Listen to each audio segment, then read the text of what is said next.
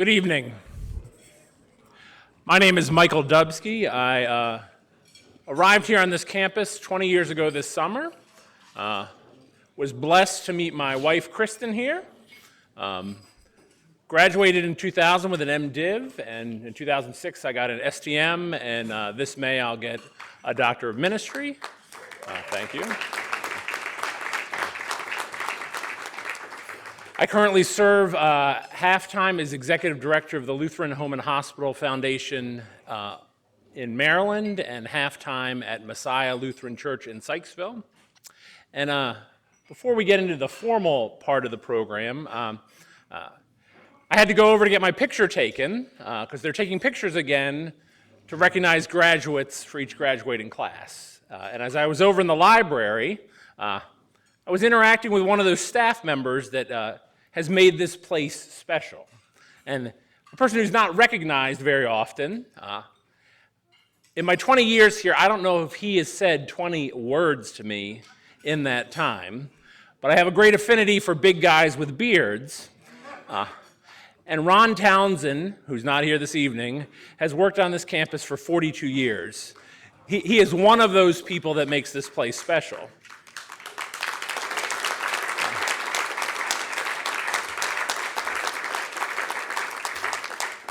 He'd be terribly embarrassed if he was here and I was saying this in front of him. But as I was there, I was recalling an alum who served as a steward of that library for many years when I was here. No longer with us, joined the church triumphant, but Dave Wortliff, for many years, was the steward of that place and a caring presence here on this campus. And then as the end of my time, a little bit after my time of getting an MDiv, there was a transition that was seamless for a new steward of that library, one who was an alum, one who's retiring this year. And he's not one of the formal distinguished alumni, but he's brought distinction to his service here at the seminary. So Reverend Dr. Carl Kruger, we'd like you to rise and just give you a round of applause for your service.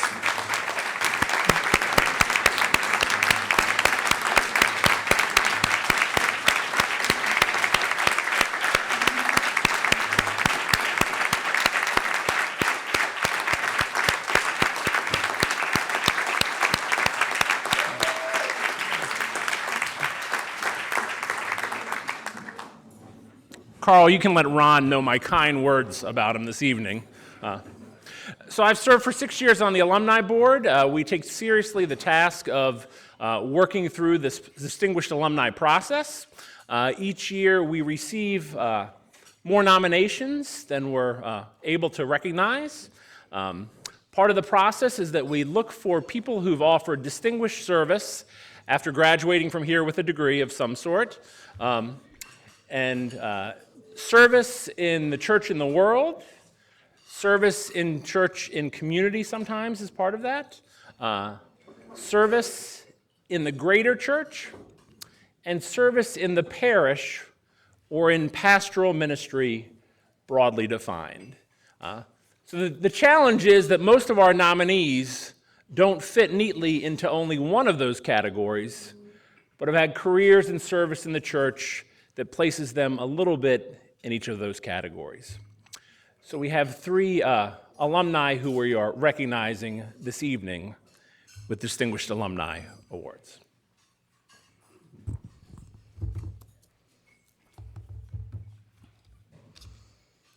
The Reverend Harvard Stevens is of the class of 1987. I want to tell you how old I was in 1987. He, when he was here, was the student body president and the editor of the Seminarian. That's right, the Seminarian. Yeah, I remember that. He is the current pastor of community and dean of the chapel at Lutheran School of Theology at Chicago. All those letters come out of my mouth. He is a third-generation Lutheran pastor. He's a mission developer. He's a campus pastor. He was a campus pastor at Howard University, at Carthage College, and now at the seminary in Chicago.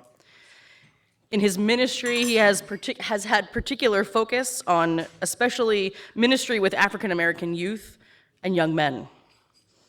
He is a writer, inspiring preaching through Sundays and Seasons preaching, resources, Lenten devotionals, and he has traveled the world. He, in 2009, was the music director for the Multicultural Youth Leadership event, which was attached to it was at the beginning of the ELCA youth gathering in New Orleans. And just in 2015, he was at the Worship Jubilee as a presenter on his project 12 Years a Lutheran, which you can read if you go, I think, to Augsburg Fortress. You can find it there. It is our honor and privilege to present tonight Harvard Stevens with the Distinguished Alumni Award.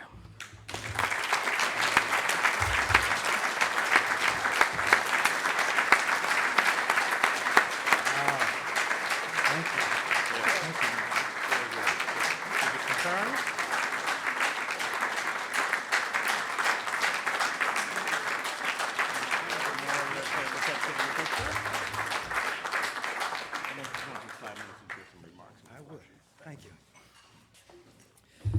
I am so grateful for this award, and I thank you from the bottom of my heart. I thank my dear friend, the Reverend Dr. Joanne Bond, for nominating me, and I'm grateful for this time of a reunion. In my first year at this seminary, 1983, we observed the 500th year of Luther's birth. And we literally put the seminary in buses and went down to Washington, D.C. for a fantastic experience, a colloquial that involved many of the living Luther scholars and many of the people who were writing the textbooks we were about to open. And now here we are, just a year before the 500th year that marks the day at Castle Church at the door, and more than that, in which we identify with the Reformation having a point we'll recognize as its beginning. When I was at Harvard University, I went to the University Lutheran Church maybe one time. It just wasn't time for me to be a part of that campus ministry, and the pastor was Henry Horn, of all people. Years later, I met Henry Horn here again, and he became one of my favorite professors. It just wasn't time for me back then, but when I came to LTSP, it was definitely time to get together and learn from him. So many names I'd like to mention who were my teachers, but I'm going to stick with Dr. Henry Horn for a minute. I remember in a liturgic class where he was talking to us about the unity candle, the practice in wedding ceremonies, where you have two candles burning, and then eventually those become light for a third candle, which represents the marriage. And he said to us, that has nothing to do with theology or liturgy. He said that's an invention of florists in the early 20th century to sell candles. And he said, I was confirmed this when I went home to Mrs. Horn and told her all about it. And she said, yes. And then they do what? And then they do what? And then he said, and then they blow out their candles and leave the one burning in the middle. She said to him, I'm not blowing out my candle for anybody. I think about this change here, this opening for an innovative embrace of new possibilities. And I think about those candles, the candle that represents what is becoming, what is new, but also the lights that remain because they are the light of Christ. They represent the Spirit at work in the life of this institution in Gettysburg and all that feeds into those sources of identity and resource for our church. So whatever happens, these lights don't go out, do they? When I was at Carthage, I counseled a couple who were about to get married, and we talked about the unity candle at that time. And they said, well, Pastor Stevens, guess what? We both still have our baptism candles. I had never experienced that. For all the weddings where they both had their baptism candles, only this time they were burned down to about here. What a joy it was to preside at that wedding and to see those candles burn in such a way that honored what can never be taken away from them as they came together to form a marriage. And so that image is with me. Was that a timekeeping thing over there? I don't know. I heard a ding.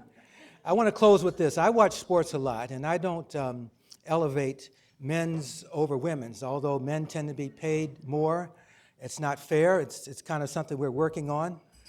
As we wind up the basketball season, yeah, we are working on it. It's not right.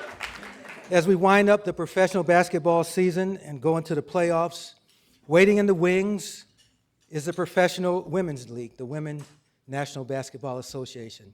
And when they start their promotion, you'll see a new logo that represents a female figure playing ball, and underneath is the statement, "We got next."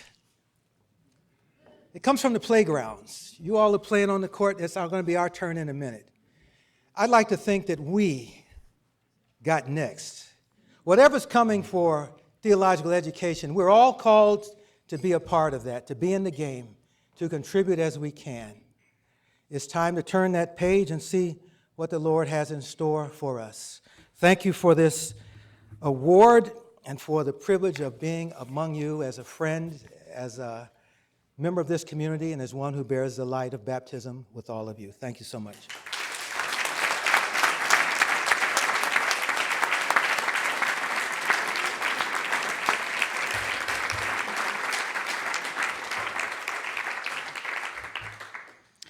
The Reverend Roy Almquist is of the class of 1966. He was a parish pastor from 1967 until 1994, so for 27 years. I did the math. I'm not good at math, that's why I'm a pastor, right? He was the bishop of the Southeastern Pennsylvania Synod from 1994 until 2006, so for 12 years. He is currently serving at Washington Memorial Chapel in Valley Forge, and I have heard he is doing quite well there. They really are, it's been an amazing time of ministry for him there. They're really, it's been a wonderful thing. It's great to see lifelong ministry really flourish. He's always been a strong leader in the church.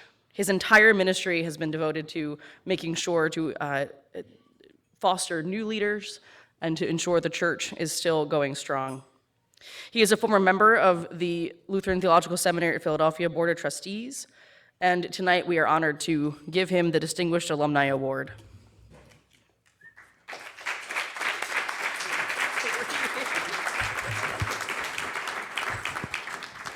So I sat behind his successor in chapel this evening, Claire Burkett, Bishop of the Southeast Penn Synod, and she said, "Where's Roy? I only came here to see him." Roy Almquist is in Australia. When I called to notify him some months ago, he and his wife had a previously planned trip, so that's why he's not here this evening. He was moved by the honor, and we have a video from him for this evening.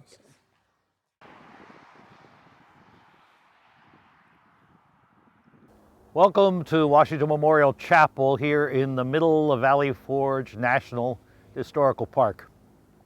I'm presently serving here as priest in charge of a congregation of historic interest, also a very active congregation in the Episcopal Diocese of Pennsylvania.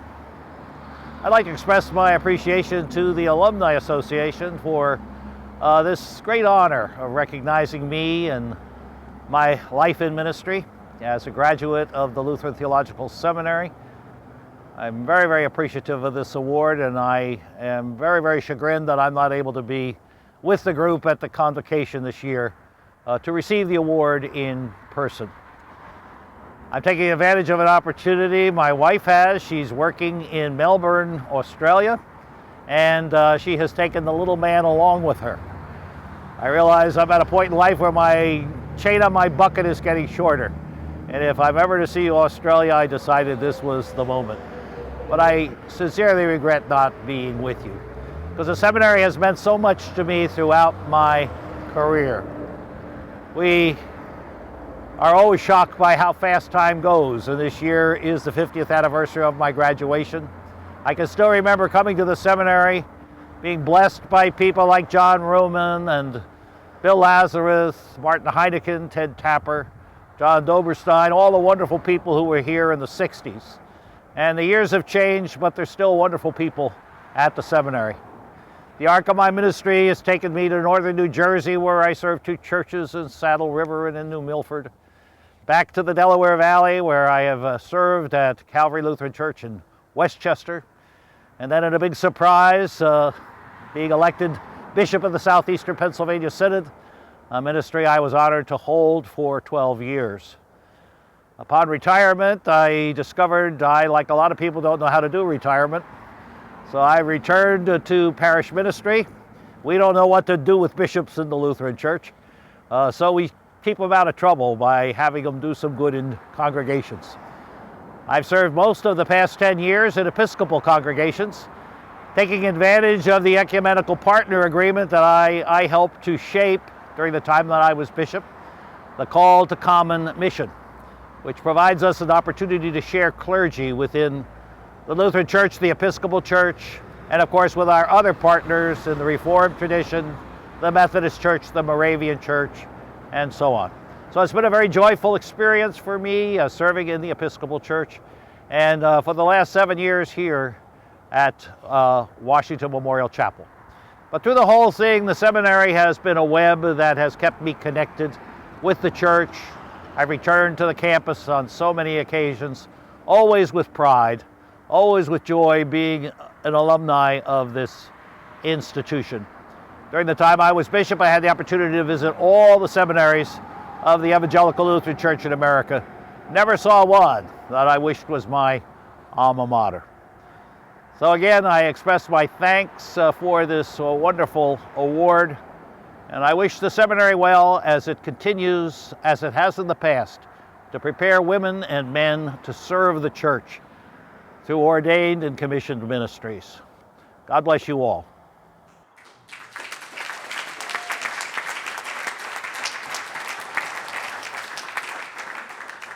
We will make sure that Roy gets his award when he gets back from Australia.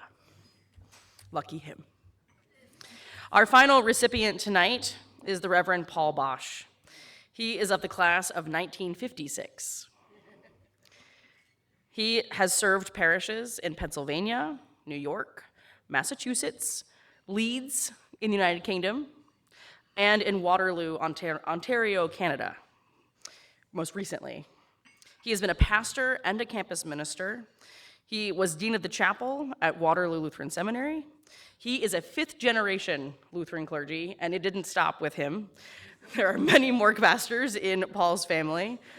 I didn't even know one of them was a friend of mine. That's very exciting. Paul has a wondrous imagination and passion for the interrelationship between faith and culture. His nominator said, Paul invites readers to reflect on and sometimes to change assumptions and habits, to see the gospel with new eyes and hear with new ears. Paul was awarded the first Laureate Companion of Worship Arts in 1992 from the Evangelical Lutheran Church in Canada. He has exhibited his artwork and contributed essays on worship called Worship Workbench for 20 years. We are very excited and very happy that you are here to join us to receive the Distinguished Alumni Award this year, Paul.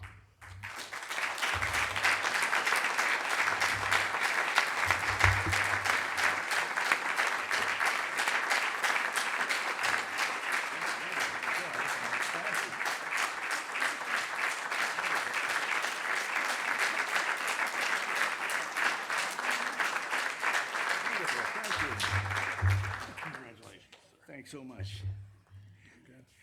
Do I get kissed on both cheeks?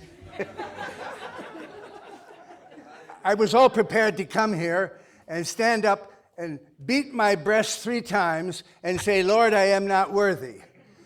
But then I remembered the words of Golda Meir, the late Prime Minister of Israel, who said, don't be so humble, you're not that good.